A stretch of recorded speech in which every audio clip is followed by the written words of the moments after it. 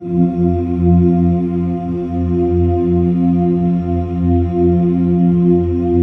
مرتبہ حضرت علی رضی اللہ تعالیٰ عنہ راستے سے گزر رہے تھے۔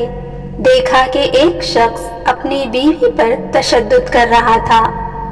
یہ دیکھ کر حضرت علی رضی اللہ تعالیٰ عنہ قریب گئے اور فرمانے لگے، اے شخص، اللہ سے ڈرو، تمہاری مخلصی، پریشانی اور رزق میں تنگی کا سبب یہ ہے کہ تمہاری بیوی تمہارے ظلم کے سبب تمہارے ہی گھر میں روتی رہے۔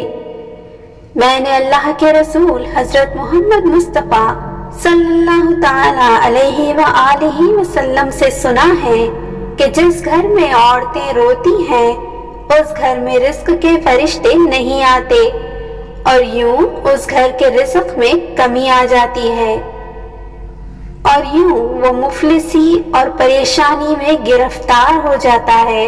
اگر تم چاہتے ہو کہ تمہارے رزق میں فراوانی ہو، عزت ہو، شہرت ہو اور دولت ہو تو یہ دن بدن بڑھتی جائیں گی۔